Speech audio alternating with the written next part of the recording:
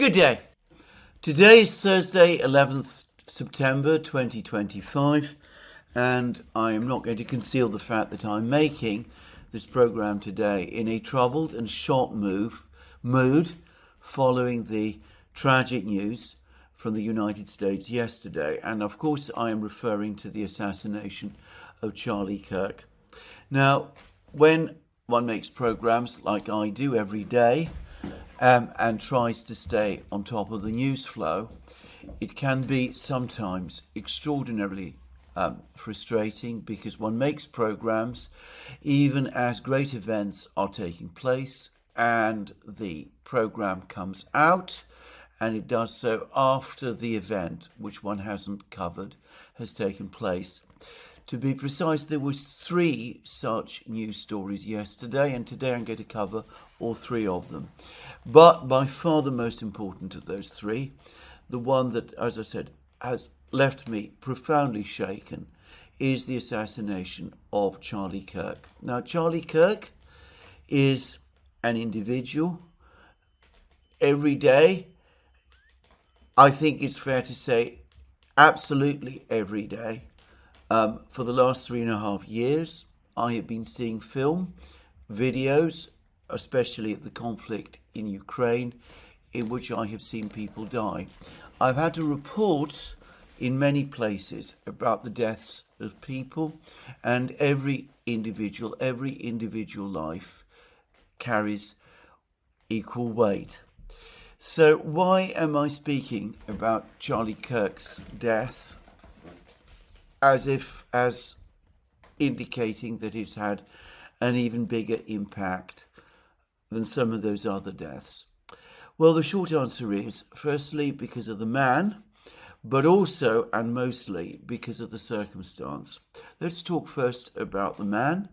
He has been described as a political activist. He has been described as a friend of the president and as a supporter of the president.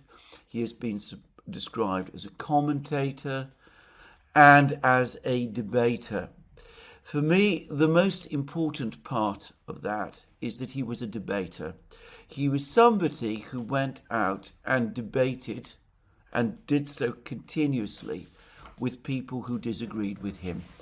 And he did so always, apparently, under the title, "Show Me Where I Am Wrong." And he would have many earnest and difficult debates, and sometimes it's accepted that he bested those he was debating, and sometimes he was himself bested in those debates, but he went on and he continued to do that. Now, for me, that is the essence of civilized and democratic politics. I know that there are people who disagree with some of Charlie Kirk's positions, but surely no one can criticize his approach, the fact that he conducted, as I said, debate, that he engaged with the people that he disagreed with him, and he did so with restraint and politeness, qualities which have been vanishing in our lives, certainly in our political lives in the West, for some time now. And of course, he also, as somebody who had recently been a student, he was a young man of 31, recently married with children who have now been orphaned. Anyway, as a young man, he particularly engaged with the student community. He started his political work within the student community, and he often visited campuses where the student body would be expected to have different opinions from his own and would engage with students there. And of course, he was killed whilst he was addressing a large group of students at a campus in Utah. Now, I'm somebody who's had lots of connections with universities. My wife is an academic who is in a university. And as far as public debate is concerned, well, for me, universities have always been sacred spaces, though I ought to say that even that has been eroded significantly over the last 5 or so years. But anyway, he was assassinated there, and he was cut down at the precise moment when he was engaging with the students, and as far as I can see, participating in debates with them.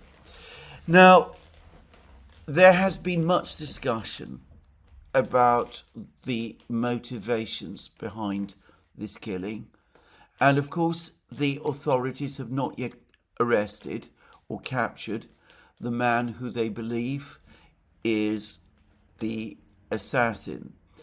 And, well, I hope they do, and it is entirely possible that this individual, when he is caught, will be shown to have had, well, all kinds of different motives.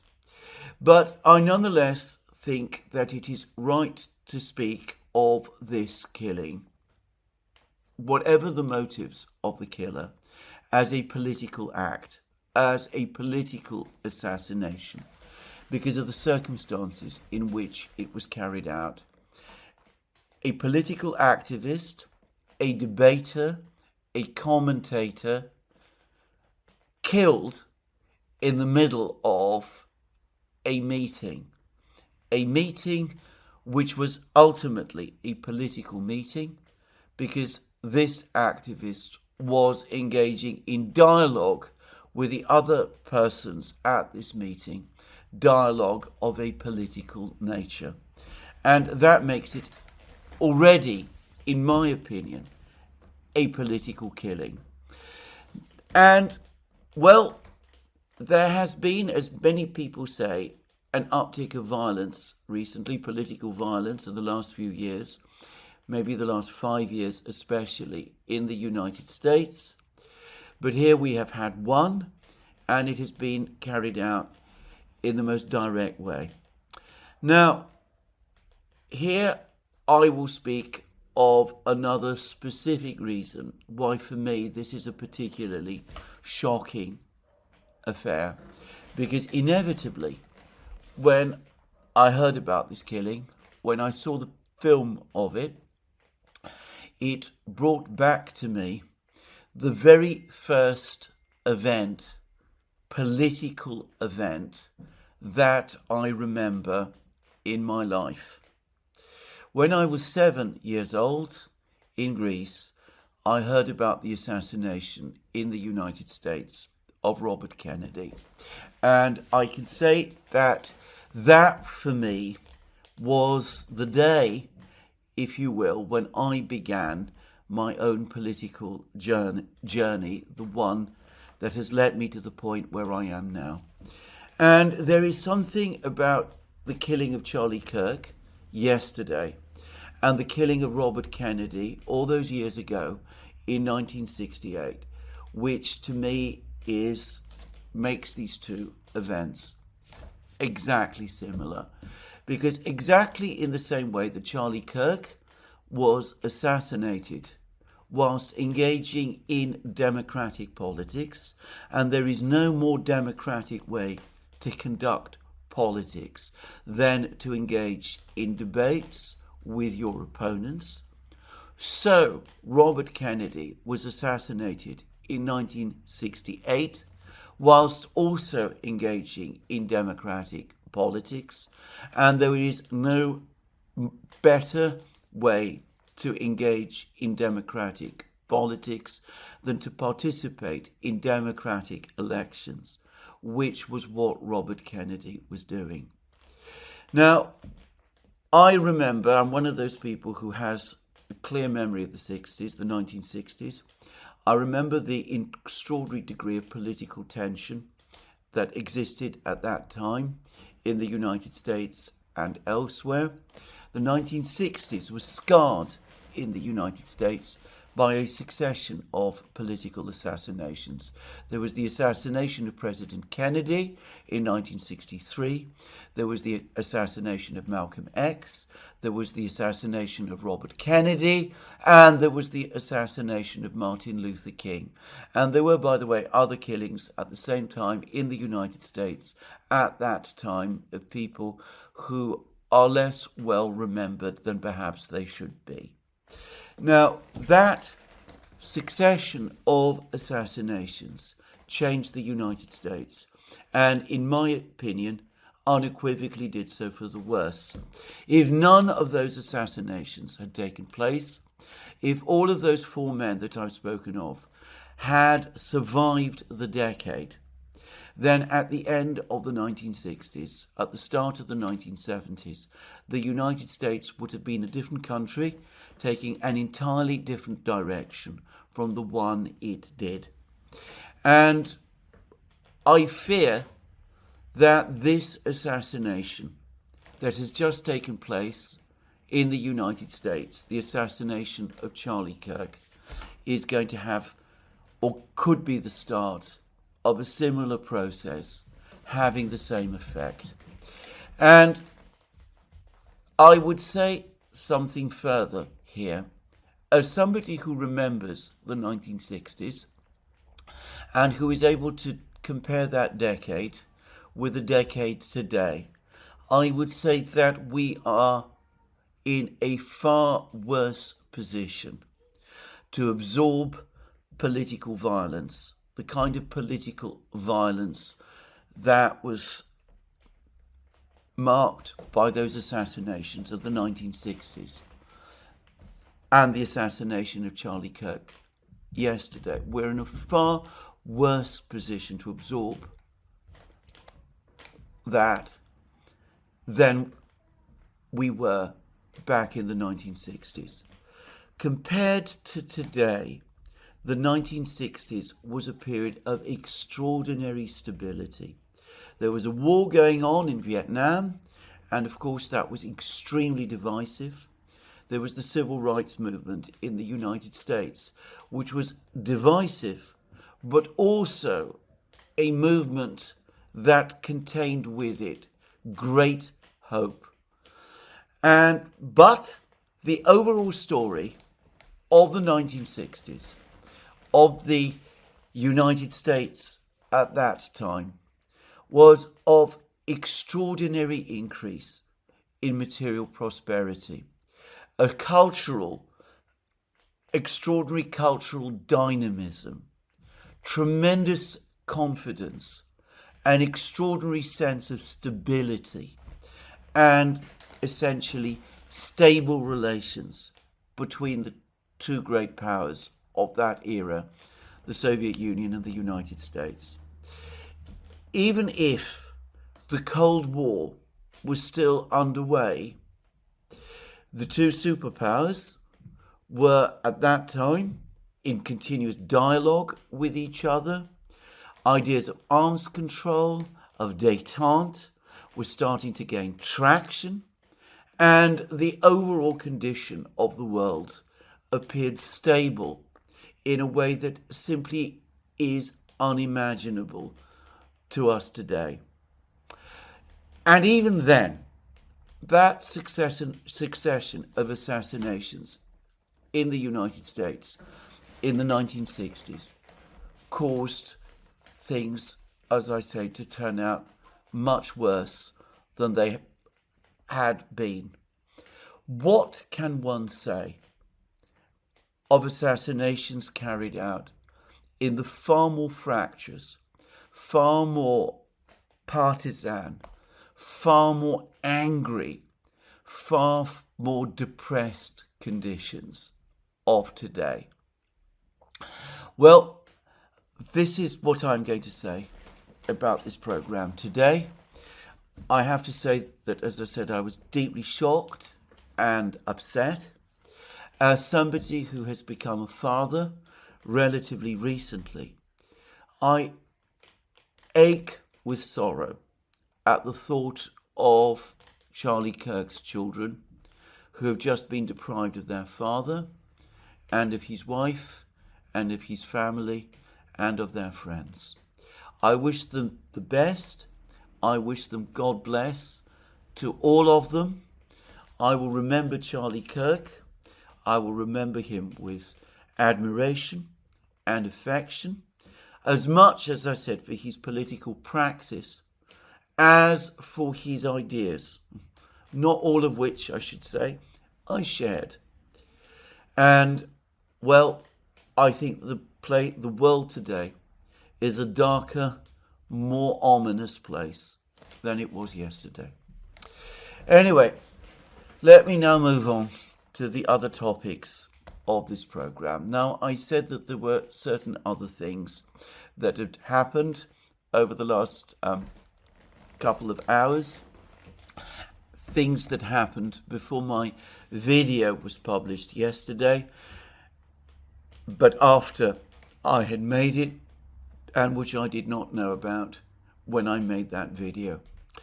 Well, can I first of all perhaps begin with the drone episode that took place yesterday, the Russian drones that crossed the border into Poland. After discussing Charlie Kirk and the assassination and what happened, returning to this topic feels a little bit like going from the sublime to the ridiculous, but I suppose I must deal with it. Now, in the hours that have passed, the media in the West, various political leaders in the West, Prime Minister Tusk of Poland, other political leaders in Poland, though interestingly not so much the newly elected president of Poland, Mr. Nawrocki, and of course predictably all of the leaders of the European powers and President Zelensky have combined to claim that the drone incident, the crossing of 19 or some say 20 or even 21 drones onto Polish territory from Ukrainian territory, Russian drones, the crossing of these drones was some kind of threatening action against Europe by Russia's president, Vladimir Putin. It is always Putin who supposedly makes all of these decisions. He apparently is the only person who decides or does anything of a political nature. In Russia, we talk about him all of the time, ignoring the fact that there's 144, is it more than that, million people living in Russia at this time. But anyway, put that aside. Now, if Vladimir Putin really wanted to threaten Europe and the West, if he wanted to send some forceful message to the West, would he really have done it by sending inert decoy drones? The proposition, actually, when one unpacks it, is completely ridiculous. It is absurd. These drones, and the Polish authorities have confirmed that there isn't a trace of explosive has been found in any of the locations where these drones fell. These drones are cheap products made mostly from plastics, simple plastics. They carry primitive, very basic electronics and a simple engine, as one would expect for drones that are intended purely and exclusively as decoys. Surely, if Vladimir Putin really wanted to scare the West, if he really wanted to send some kind of threatening message to the West, he wouldn't have done it in this way. He's got Iskander missiles, and Oreshnik missiles and Kinjal missiles and Zircon missiles. He's got all of these weapons in abundance. You could send KH-101s. He's got bombers. He's got submarines. He's got every conceivable kind of weapon that you can imagine in his arsenal. And out of all of that vast arsenal, he decides to threaten the West with decoy drones made of plastic and fiberglass, which contain no explosive.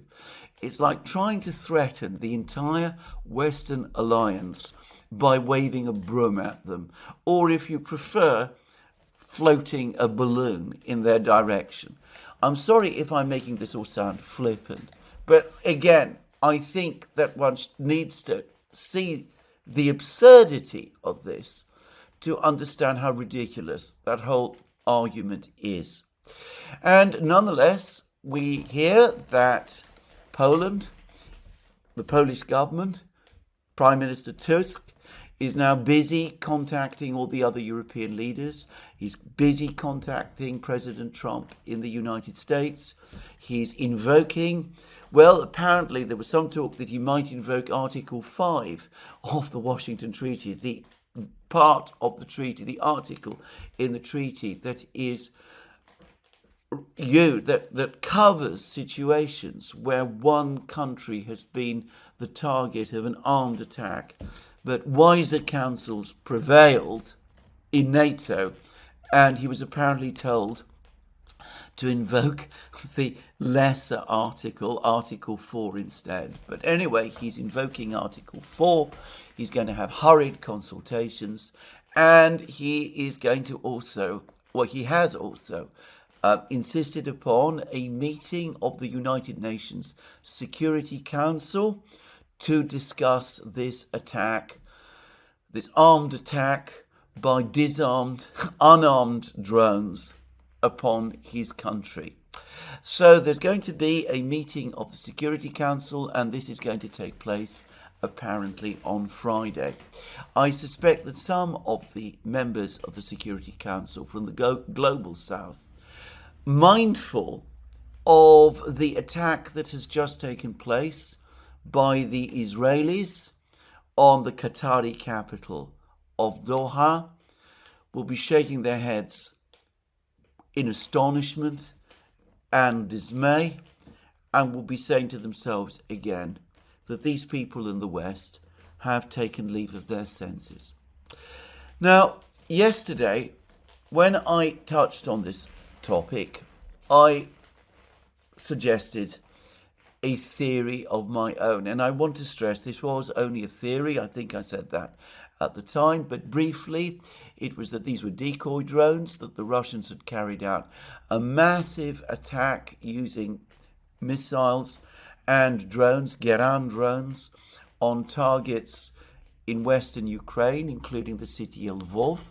One of those targets, as the Russians claim, was a factory that refurbishes armoured vehicles. That seems to be the main target. Anyway, I suggested that as decoy drones often work alongside the geran drones, in fact, that's precisely what they are designed to do. I suggested that maybe, perhaps as a result of electronic jamming, some of these drones were diverted from their courses, or perhaps they weren't shot because they weren't shot down, and they are not programmed to come down and hit a particular point in the way that the geran drones are, that they just went on flying towards Poland and crossed the border and eventually were either shot down and crashed inside Poland. That was my theory yesterday. And I still think that this is a real possibility, by the way. But after I made my video, the Russian Defense Ministry made certain comments about what had happened, and they were very interesting, and it is to those comments that I now propose to go. Now, firstly, the Russian Defense Ministry provided a detailed account of the entire drone and missile strike that took place in relation to the attack on Ukraine. Firstly, the Russian Defense Ministry gave a detailed account of the drone and missile strike which took place, explaining what targets were hit and that kind of thing, which I'm not going to repeat in this program. But then the Russian Defense Ministry went on to say this: the goals of the strike were achieved. All the assigned targets were engaged. There were no intentions to engage any targets on the territory of Poland. The maximum flight range of the Russian drones used in the strike, which allegedly crossed the border with Poland, does not exceed 700 kilometers. Nevertheless, we are ready to hold consultations on this subject with the Polish Defense Ministry.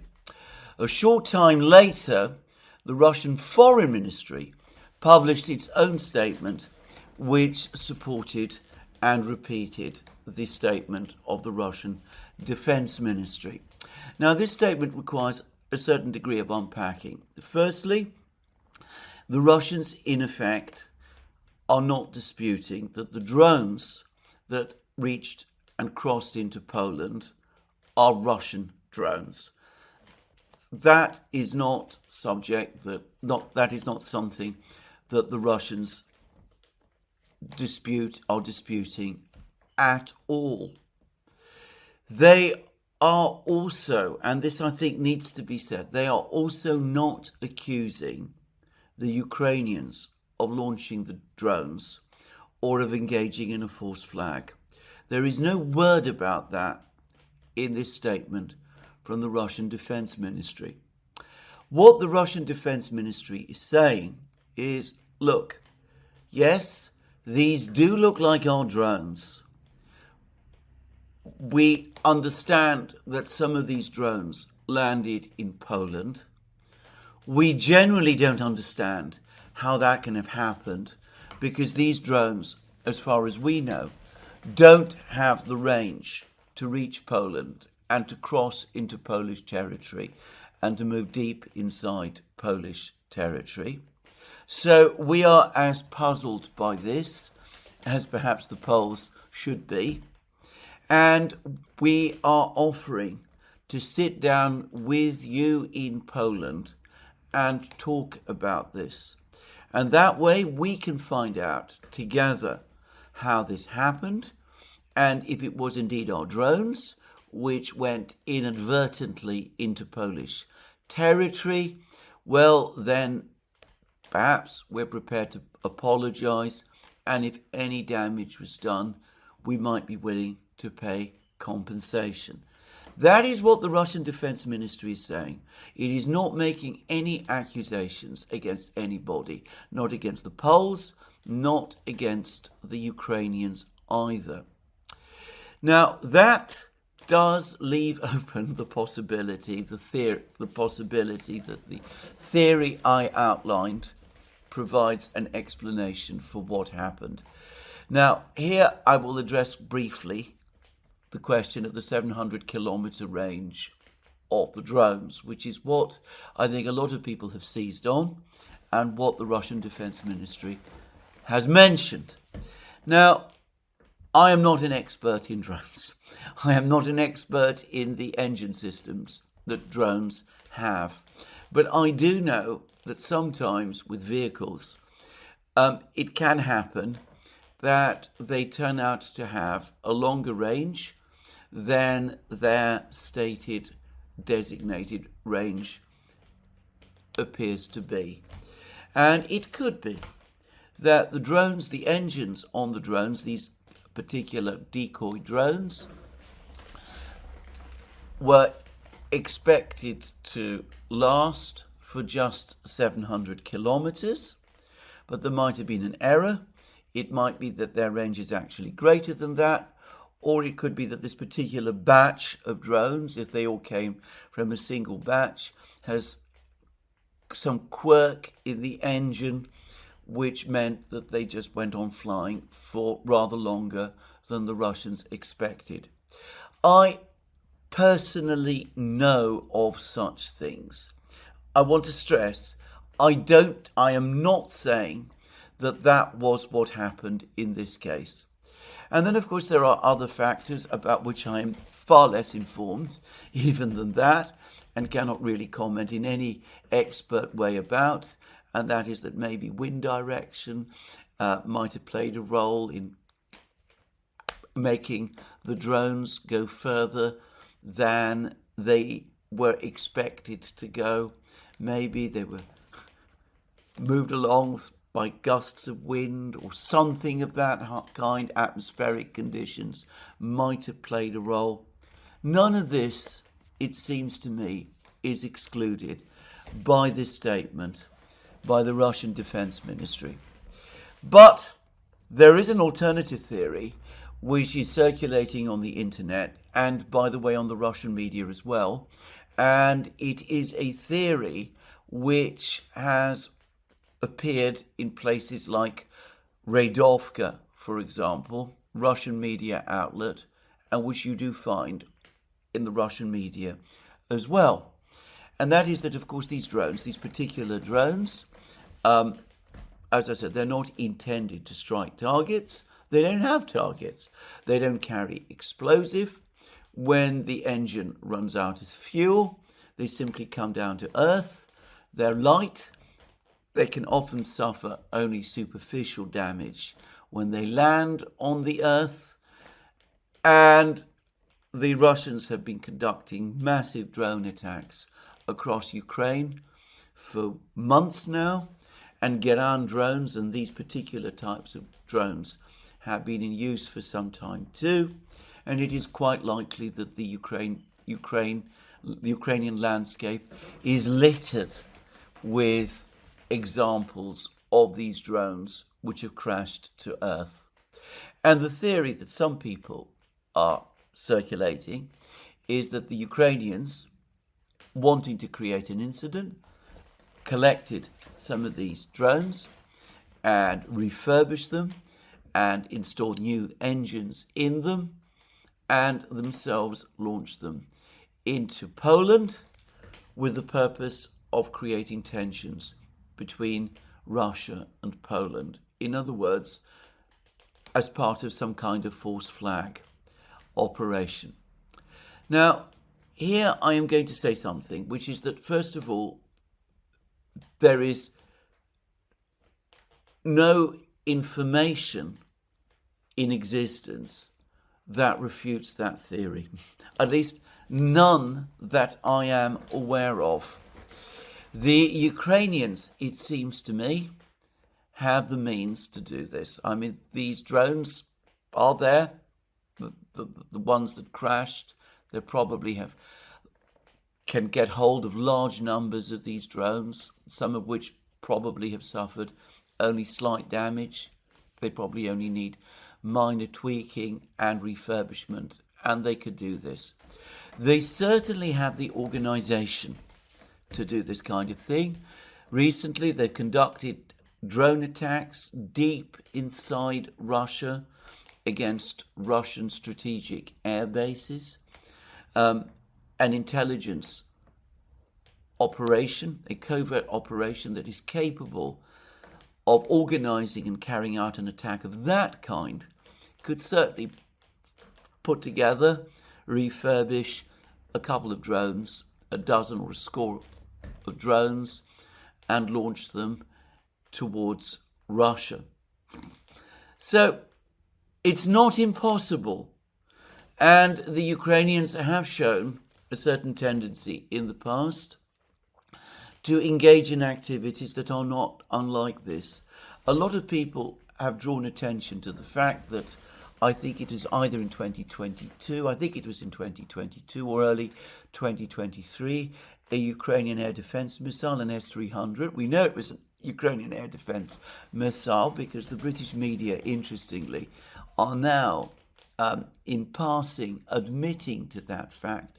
Anyway, a Ukrainian air defense missile, an S-300, landed on Polish territory, and for some days afterwards, the Ukrainians claimed that it was a Russian missile attack on Poland, and they put an enormous amount of pressure on Poland to act, to respond against the supposed armed attack on Poland by the Russians. And it's a reasonable guess that they knew all along that it was one of their own aircraft, one of their own missiles, and for that reason, we saw that they were manipulative and duplicitous with their information then, and there's no reason to think that they wouldn't be exactly the same. They couldn't be exactly the same now. So yes, the Ukrainians have the means to do this thing. Do they have the motive to do it? I would argue that they do. And here perhaps we should take a step back and consider the events of the last 6 weeks. 6 weeks ago, at the end of July,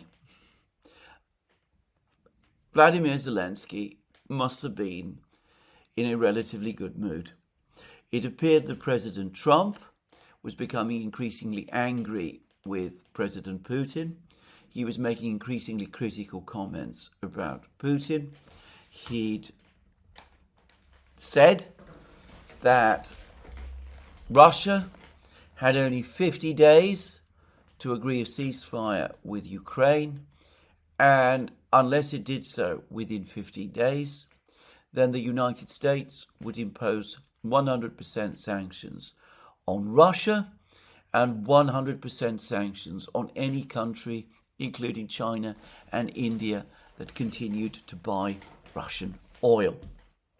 And this, of course, was exactly what Vladimir Zelensky wanted to hear. And as I said, I am guessing, but I suspect that at the end of July, even despite Russian advances on the battlefronts, Vladimir Zelensky overall was a happy man. And then from that point on, everything has gone wrong. Firstly, he will have discovered to his horror that instead of imposing sanctions in the way that he said against the Russians, Trump first arranged for his envoy, Steve Witkoff, to go to Moscow, then arranged a summit meeting with Putin in Alaska, then met Putin in Alaska, refusing to permit Zelensky himself to come to Alaska as well. And then directly after the meeting in Alaska, all further talk of sanctions, either on Russia or tariffs on Russia's trading partners, all that seemed to have been kicked into the long grass. It wasn't happening anymore. And the weeks that have followed have in some ways gone even worse. So Zelensky apparently was led to think that the United States might be willing to agree to Ukraine receiving certain types of security guarantees, that the United States was prepared to support some kind of military contingent from the NATO powers entering Ukrainian territory, that the United States was prepared to provide a backstop to the European powers that were going to provide that contingent to enter Ukrainian territory, a guarantee of some kind, that it might even be considering establishing some kind of no-fly zone over Western Ukraine. All those stories were circulating. And then there was a meeting about 10 days ago in Paris, and the meeting came up with no such plans. Zelensky made his frustration clear. He said that all of the discussions he was hearing were theoretical, they weren't practical, And then, of course, there was a further conversation on the same day with Donald Trump. And Donald Trump, as it turns out, was not giving out security guarantees or committing to backstops or doing any of those things. So Zelensky hadn't got his sanctions, and he hadn't got his security guarantees, and he hadn't got his European contingent, and he hadn't got his no-fly zone either. And then Macron, at that meeting, said that the question of the security guarantees that the United States would give would be sorted out over the next few days.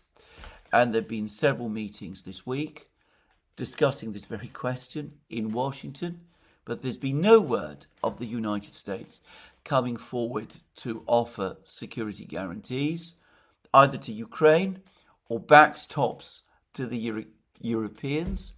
And in the meantime, Vladimir Putin, the president of Russia, has kicked into the long grass the whole idea of a summit meeting, a bilateral summit meeting between Zelensky and himself.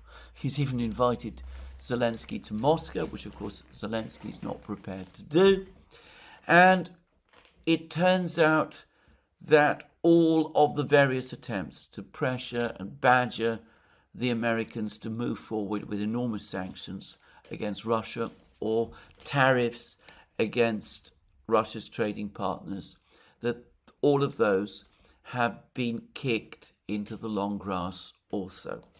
Now, 2 days ago, there was an article in the Financial Times, which I've already discussed in a previous video, which said that over the course of the meetings in Washington this week, President Trump told the Europeans that the United States would indeed impose 100% tariffs on Russia and 100% tariffs on Russia's trading partners, China and India, but only provided the Europeans were prepared to do the same. And I said in the video that where I discussed this Financial Times article, I said that looked to me like a device by President Trump to avoid having to impose these drastic sanctions and tariffs on on Russia, India, and China. President Donald Trump would be in a position to say, if, as he expected, the Europeans refused to impose 100% tariffs on India and China, that the United States could not be expected to do that which the Europeans were not doing. Well, yesterday, an article appeared in the Wall Street Journal which confirmed that the Europeans have now responded to the Americans, and they have confirmed that they are not prepared to impose 100% tariffs on India and China. They are not apparently willing either to give up entirely imports of Russian oil and, above all, Russian liquefied natural gas. Presumably, they understand that going down that path, doing that sort of thing, would be utterly ruinous to their economies. And I think Trump has always known that, and I think he has always known that the Europeans would not take that step, and the Europeans have now confirmed that they're not going to. So, where that leaves us, and where that leaves Zelensky, is that it now looks definitely as if the sanctions, the massive sanctions, and the tariffs against India and China, which he thought he had been promised in July, are not going to happen. So, Zelensky is now in a very difficult situation. Arms supplies from the West are reducing, not because the United States doesn't want to supply weapons to Ukraine, not because the Europeans don't want to supply weapons to Ukraine, but because inventories are so depleted that there are not enough weapons to send. Sanctions, the massive sanctions that he thought he had been promised back in July, are not being imposed either. Neither on Russia nor on its trade partners. The security guarantees that he thought he would get out of the various meetings that have taken place over the last couple of weeks have not crystallized. The European force that we've been hearing so much about looks most unlikely as if it will ever come. And even the proposals to confiscate the Russian assets, which have been talked about so much in the West, as I discussed extensively in my video yesterday, it looks like that isn't going to happen either. Ursula von der Leyen, the best she could come up with, in an extraordinary and dreadful speech, by the way, that she has just given. Anyway, Ursula von der Leyen has now come up with a new idea, which is to use the interest of these Russian assets to float some further 6 billion euro loan for Ukraine. 6 billion euros. By now, I am fairly certain that the interest is being used as security simultaneously for multiple loans, because, as I've already said, I simply don't see how the numbers otherwise add up. Regardless of that, Zelensky probably doesn't care about that. The point is, it's not more loans that he's looking for. It is a straight transfer of the capital, the entire $300 billion, and it is not coming. So one can imagine that Zelensky, who might have been in an optimistic mood in July, at the end of July, is in a desperate mood now. And I can completely imagine, since we're talking about the personality of Vladimir Zelensky, that he would come together with people like Budanov and the SBU chief and whoever else makes these decisions in Kiev, and say to them, look, we're really going down. The Russians are advancing on the battlefronts. Our armies are depleted. The Americans look like they're abandoning us. The Europeans are hopeless. We've got to do something urgently to get the Americans back into the game. So can you organize something? And they came back and said to him, yes, we got all of these drones, these decoy drones that are lying across the landscape. We can cobble them together. It won't take us long, probably no more than a couple of days or a week or perhaps 2 weeks at most. And we can recalibrate them and give them new engines and send them towards Poland. And we can spread the story that it is the Russians attacking Poland. So yes, I can imagine that Zelensky might think in that way. I watched him very carefully. He is the sort of person, in my opinion, who could authorize something like this. After all, he's quite unabashed about the fact that he is essentially ordered his intelligence agencies to conduct killings of people in Russia. So he's a pretty ruthless individual.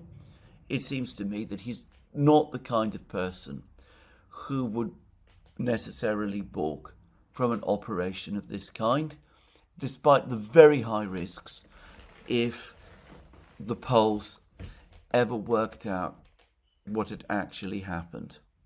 So we have the means, the opportunity, the Ukrainians would have just waited for the next big Russian drone and missile strike close to their western borders. They would have known that one was coming, and the opportunity came with the latest big Russian drone and missile strike. They had the means and the opportunity, and you could argue that they had the motive. All of this logical, but is it so? Everything that I have just been talking about is speculation. It may be plausible speculation. You can put it all together and accept the logic of this, but we have no evidence actually that it did in fact happen in this way, and the Russian Defense Ministry themselves are not saying that it did. Now, the fact that the Russians are not saying it doesn't mean, by the way, that it didn't. I can imagine that the Ukrainians might have conducted an operation of this kind. As I said, there would have been very considerable risks, but they've shown repeatedly that they're willing to take risks. They're prepared to take risks by shelling the Zaporozhye nuclear power plant, as the New York Times at one point admitted. They were prepared to take risks with the Kursk operation, which I believe, and the Russians believe, and the Ukrainians have never convincingly denied, was intended to capture the Kursk nuclear power plant, the biggest in Europe, by the way.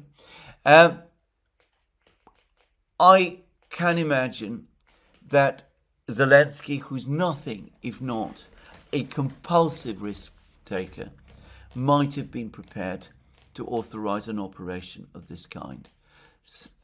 But, to repeat again, there is no evidence yet for it. The Russians themselves have not accused the Ukrainians of doing it. Now, there is a simple way of getting to the truth of all of this. The truth can be found by the Russians and the Ukrainian and the Poles sitting down together and conducting a joint investigation. The Poles should be welcoming the offer by the Russians of contacts to discuss this incident. What do the Poles objectively have to lose by agreeing to it? They can meet with the Russians, they can talk to the Russians, they might be able to find out what had actually happened. If it was the Ukrainians doing something of the sort that I have just described, then that is an important fact. It's an important fact about Poland's Ukrainian ally, which the Poles themselves perhaps need to know about. Just saying. But if, as perhaps some would say is still more likely, this was all an accident, motors that went on running longer than people expected, or changes in the atmosphere and the wind which caused drones to move longer distances, or something of that kind. Well, if it was something like that, then objectively again, the Poles would benefit from knowing it and would be reassured by it. They would be reassured because they would know that they are not actually in Russia's sights and are not likely to come under attack. So everything that I have just said leads me now to this point. The best, most obvious, most logical thing for the Poles to do is to accept that offer from the Russian Defense Ministry to agree to sit down with the Russians and to find out what exactly it was that really happened. Will they do it? Well, of course they won't. Now, there is no unanimity in Poland about the conflict in Ukraine. I know that there are many people in Poland who have great doubts about this whole enterprise, not because they like the Russians, but because they think that Poland is overcommitted. They also perhaps are wary of getting into another conflict with Russia, as they should be. President Nawrocki has just been elected president of Poland, basically on a platform of minding about Poland, not becoming too involved in these foreign adventures. Prime Minister Tusk of Poland, who is fully signed up to Project Ukraine, he has been losing support in Poland. I suspect that if it was left to opinion in Poland, many people there would say, let's accept this Russian offer. Let's find out what actually happened, and then let's agree with the Russians a way forward so that it doesn't happen again. But of course it is not going to happen, because Keir Starmer, Friedrich Merz, Emmanuel Macron, Prime Minister Tusk, Ursula von der Leyen, Kaja Kallas, none of them wanted to. Zelensky, of course, doesn't want it to happen either. Far better to promote the narrative, the absurd and ridiculous narrative of a Russian attack on Poland, in order to try to persuade Donald Trump to change his policy, to change his stance, to once again commit to some kind of, well, what exactly, I'm not even sure now,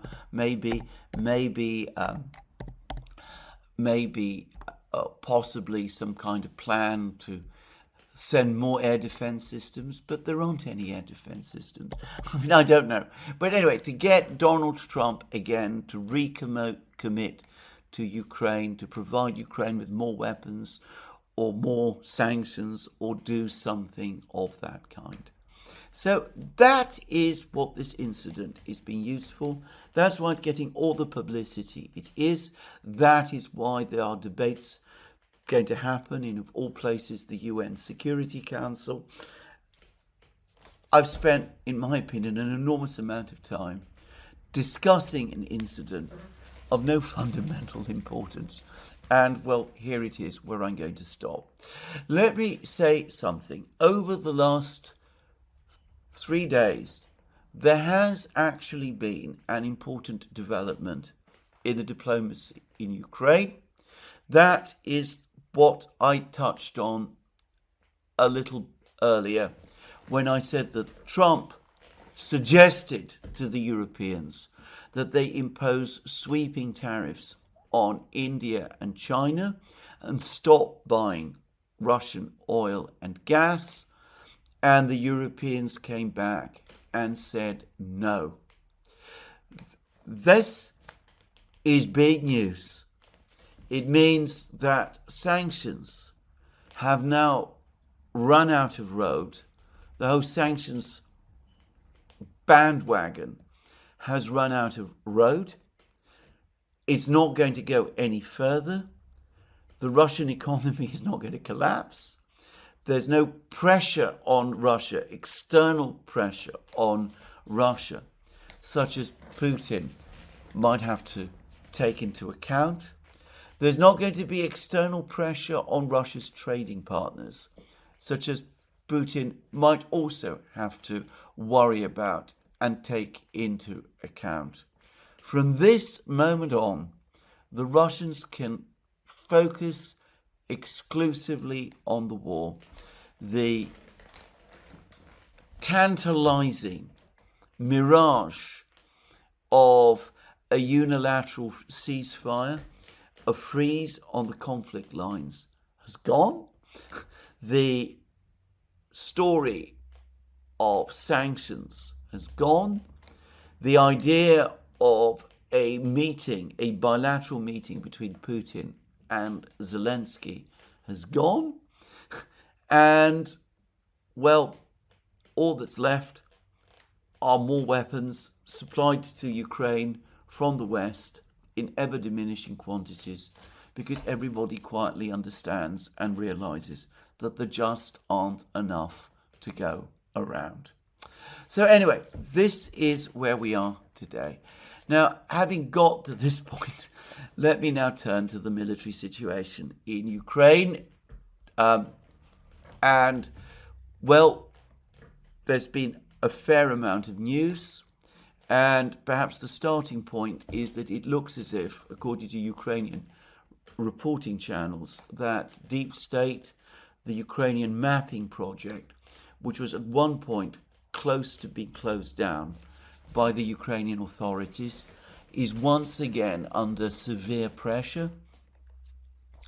The Ukrainian authorities are becoming concerned, apparently, about the information that Deep State is providing, and there's some claims that it is again at risk of being closed down. And the reason that, of course, is happening is because the military situation, Ukraine's military situation, is deteriorating, and it is deteriorating rapidly. My own view is that this pressure on Deep State has been building for some weeks now, and I've already commented about the fact that the Ukrainians have been claiming counterattacks in all sorts of places, some of which are either ephemeral or in some cases imaginary. Some mapping projects have assumed that there must be something to these Ukrainian counterattacks, because Deep State, which has been an exceptionally reliable mapping project in the past, has been reporting on them. But the reality is, it is not such a reliable mapping project anymore.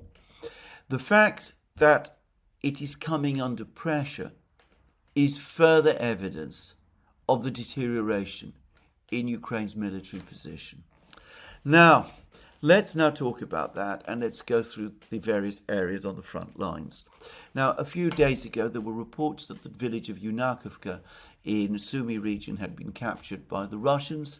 There's been no further news about that, so I'm going to make a guess that that news was wrong. I get the sense that the Russians and the Ukrainians have both now deprioritized the fighting in Sumy region. But in everywhere else, it is a story of Russian advance. Now, perhaps the most rapid Russian advance is happening in the West Donbass, Dnipropetrovsk, East Zaporozhye region, where apparently 3 Russian armies are operating and conducting a combined offensive.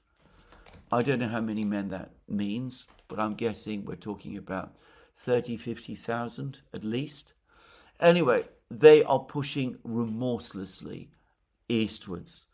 And with every day that passes, there are reports that more and more villages are falling under Russian control, and that the Russians are approaching not just the important village of Veliko Mikhailovka, and are not only close to surrounding the other important village of Novopavlovka, which is located, by the way, west of Pokrovsk, southwest of Pokrovsk. But they're also approaching an important supply road that leads from the north to the Ukrainian town of Gulyapolye in the Zaporozhye region. Now, if the Russians cut this road, then supplies to the Ukrainians in Gulyapolye, and they're already encircled on effectively 3 sides, are cut. It's difficult to see how the Ukrainians can hold Gulyapolye. If they lose Gulyapolye, the pressure on Orekhov will become overwhelming, and if the Russian advance further north towards the river continues, then Orekhov anyway could soon find itself encircled, and, well, we could start to see the beginning of a collapse of Ukrainian resistance in Zaporozhye region, outside the city of Zaporozhye itself, which would at that point, of course, come under siege. So that battle is going on. I'm not going to pretend that I have followed it with any very great detail, but every day, including this morning, the Russian Defense Ministry, it seems, announces further advances in this area. It is absolutely like a steamroller, gradually trundling westwards, crushing all opposition that lies before it. Now, further north, in the Pokrovsk area, we have a lot of confusing information, and I'm going to make a guess that the single reason why Deep State may be in trouble is because the Ukrainians have been making many claims of successful counteroffensives in the Pokrovsk area. Zelensky has done this himself, but I suspect that most of those claims are untrue, and Deep State knows it, and that this is ultimately the cause of the tension. Anyway, there are two important battles simultaneously underway in the area of Pokrovsk. One is taking place within Pokrovsk itself and in the south and western areas of Pokrovsk. The other is in the northeast of Pokrovsk, in the area where the Russians carried out their breakthrough back in August. The reports of Ukrainian counterattacks that we've all been hearing are coming from this area of the breakthrough in northeast of Pokrovsk. There are supposedly huge encounter battles as the Ukrainians attempt to cut off the Russian forces in the breakthrough area or force them to fall back. Supposedly, many of Ukraine's best brigades are located in this area. Virtually everybody acknowledges that the Ukrainians are suffering very heavy losses precisely in this area. And, well, I have to say this, the Ukrainians claim all sorts of major victories, but the Russians deny it.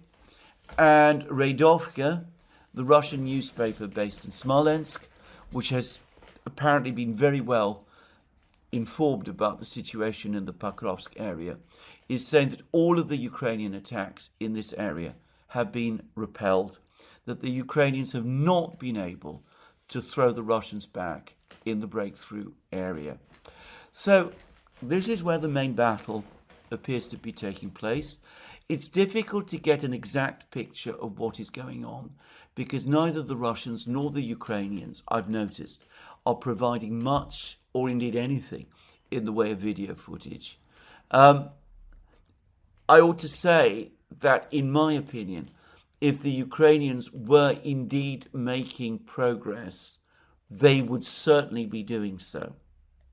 So that tends to bear out the Russian claims that they are not.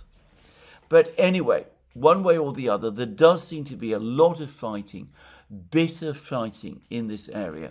But my impression overall is that the Ukrainians are stuck, that they're suffering very, very heavy losses, and that they're not making very much progress. Now, a couple of weeks ago, I received a private email from a source who described in detail how the Russians are using the Battle of Pokrovsk to conduct another meat grinder operation on the Ukrainian forces. And it looks to me like all the fighting northeast of Pokrovsk is consistent with that. But it also does something else, which is that it is diverting Ukrainian forces, Ukrainian brigades, away from engaging the Russians inside Pokrovsk itself. And this is the second battle. Because according to Radovka, the Russians are now making considerable progress inside Pokrovsk. They've captured the Udachne, the village to the southwest of Pokrovsk. They've reached the Pokrovska mine, the big mine that produces the coke and coal. And Radovka has now published a map which it says shows who controls what inside Pokrovsk, and the map shows practically the entirety of western Pokrovsk, the whole of Pokrovsk, west of Pokrovsk, now under Russian control. It also shows the Russians in control of pretty much the entire stretch of the E50 road inside Pokrovsk, and also of a northern road, a smaller road that enters Pokrovsk from the north, directly from the village of Grishino. So if this is correct, then the Ukrainians are fighting a major battle northeast of Pokrovsk, even as they are actually losing Pokrovsk. The Russians are at the center, they're at the west, they're north of the railways in the western part of Pokrovsk. They've cut off all the key supply roads, and the situation of the Ukrainian troops in southeastern Pokrovsk is desperate, and they are in effect in a cauldron. Now, I am not there. I don't know whether these claims by Radovka are true. But as I have discussed many times, especially in relation to the Pokrovsk fighting, Radovka tends to be true. When they've made claims, subsequent events have tended to corroborate them. Now, further east, there's still a lot of fighting going on in and around Konstantinovka. The Russians are steadily improving their positions. They've released video footage of a raft crossing the Kliban-Bek reservoir. It looks like an automated raft, seeking to send supplies to Ukrainian troops south of the Kliban-Bek reservoir. It looks as if all attempts to evacuate these troops south of the Kliban-Bek reservoir, Gerasimov and other Russian sources have claimed that they're surrounded, that they're in a cauldron, and that there are roughly 3,000 of them. It looks as if all of these troops, these 3,000 troops, are in effect completely cut off, and that the Ukrainians are trying to resupply them. All attempts to evacuate them up to now have been unsuccessful. I don't know how long this battle south of the Kliban-Bek reservoir will continue, but elsewhere in the Konstantinovka area, there are more reports of the Russians clearing more positions as the siege of Konstantinovka grows tighter. The most dramatic news, however, continues to come from the north and the northeast. There is now clear video footage, which to my mind appears to confirm that fighting of some kind is indeed happening in the industrial suburbs of Seversk. Gerasimov said that fighting was going on within the metropolitan area of Seversk, and it does indeed seem to be underway. Radovka itself is claiming that the Ukrainians are now pushed back to the southern suburbs of Kupiansk, and that they're evacuating their people in Kupiansk from the east bank of the Oskol River, and that they're preparing to evacuate Kupiansk entirely in order to try to reinforce the defenses of the strategically important town of Izium and the nearby town of Balakleya, which the Russians controlled in 2022, but which the Ukrainians recaptured during the 2022 Kharkiv counteroffensive, and the fall of which would lead to the cutting off of supplies to the Slavyansk, Kramatorsk, Konstantinovka conurbation from the north, even as supplies through Pokrovsk are cut off to that conurbation from the south and west. And there's also further reports of more Russian advances in areas around Liman. It looks like the Russians now have open ground between their forces and Liman itself, and an attack on Liman is likely to come at some point within the next few days or weeks at most. Now, this is what we know. The realities probably are much worse for the Ukrainians than these reports say. I suspect that the situation in Pokrovsk for the Ukrainians is becoming critical. And as I said already, I believe that the tensions between deep state and the Ukrainian authorities are because the people at deep state are becoming frustrated that they're not allowed to disclose the true situation in Pokrovsk. So there we are. The Russians have a clear route to pursue a military victory, and that is exactly what they're doing. I don't think that this is reversible. I think Donald Trump knows it. I think that he is not going to fall for this ruse of the supposed drone attacks by the Russians on Poland. His Truth Social post about this, I think, all but said as much. I mean, it was extraordinarily sarcastic, if I have to say it. I mean, what Trump said was basically that why are the Russians, here we go, the Russians are again, what's with Russia violating Poland's airspace with drones, ? Here we go. I mean, to me, that looks like a question. What's the sense, what's the logic behind all this? And here we go. He expects to get, in other words, the same litany from the Europeans, the Ukrainians, about the Russians about to conquer the whole of Europe, the Russian bear on the prowl, and all of that, all preparatory to them taking out the begging bowls and asking him and the United States for more money and more weapons and more sanctions, none of which ultimately he's prepared to give. So I think, this is my own personal view, that from this point on, at least for the time being, the diplomacy is basically over.